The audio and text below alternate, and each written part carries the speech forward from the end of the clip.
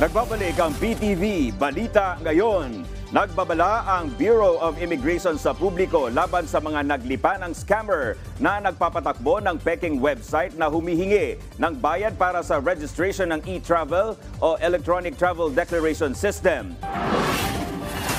Kasunod ito ng mga natanggap nilang sumbong mula sa mga biktima na nasingil ng mga scammer na humihingi ng 3 hanggang 5,000 traveler's fee.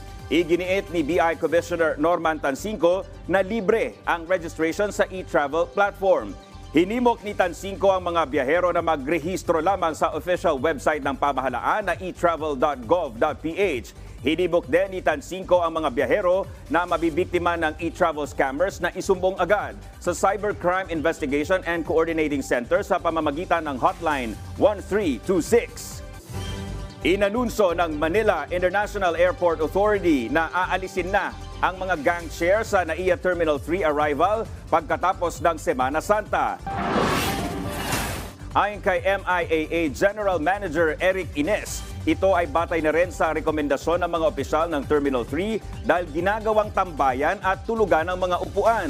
Nanawagan si Ines sa publiko na hanggat maaari ay limitahan lang ang bilang ng mga maghahatid at magsusundo at iwasan ang pagtambay ng matagal sa loob ng terminal. Ngayong dagsa ang mga pasahero sa terminal, magdaragdag din ng mga security personnel para matiyak ang kaligtasan ng mga pasahero at well-wishers.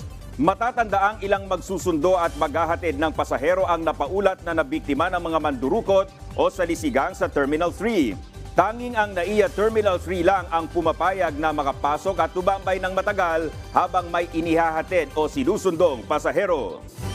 At yan ang mga balita sa oras na ito. Para sa iba pang updates, i-like at i-follow kami sa aming mga social media account. Ako po si Dominic Almelor para sa Pambansang TV sa Bagong Pilipinas. Magandang tanghali.